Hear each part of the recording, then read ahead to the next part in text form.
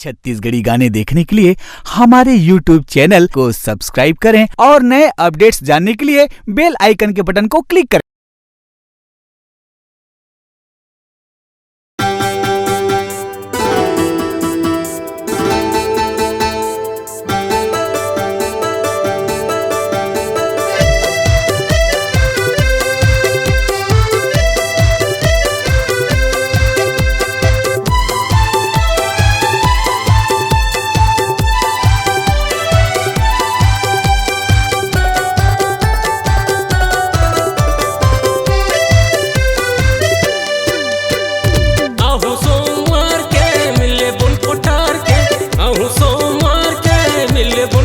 अति माया करबो न अति माया करबो न अति माया करबो न अति माया करबो न आहू सोमवार के मिले बोन पोटार के आहू सोमवार के मिले बोन पोटार के अति माया करबो न अति माया करबो न अति माया करबो न अति माया करबो न।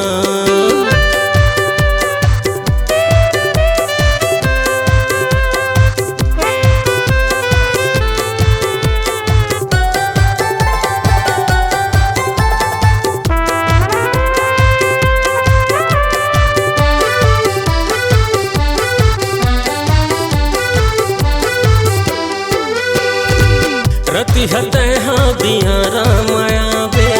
खर ही तिर हम मिलबो तोर माया हो रही तपगली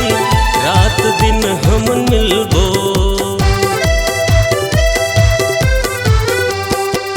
रति हते हाँ दिया रामाया बे खर ही तिर हम मिलबो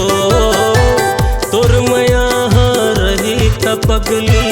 रात दिन हम मिलबो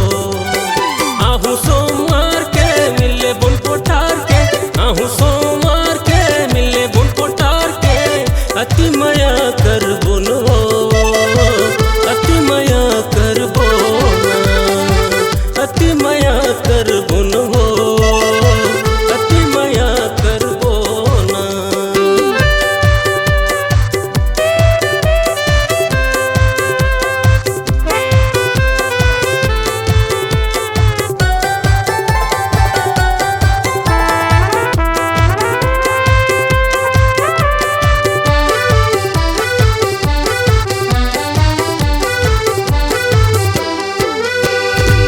कॉलेज के तय कैंटीन माया बे दोनों झिन गोठिया बो माया पीरित के बानी लरानी दोनों झिन बतराबो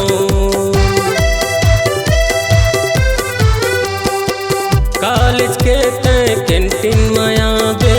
दोनों झिन गोठिया बो माया पीरित के बानी लरानी दोनों झिन बतराबो आहू सोमवार के मिले बोन पोटार के आहू सोमवार के मिले बो पोटार के अति माया करबो न अति माया करबो न अति माया करबो न अति माया करबो न।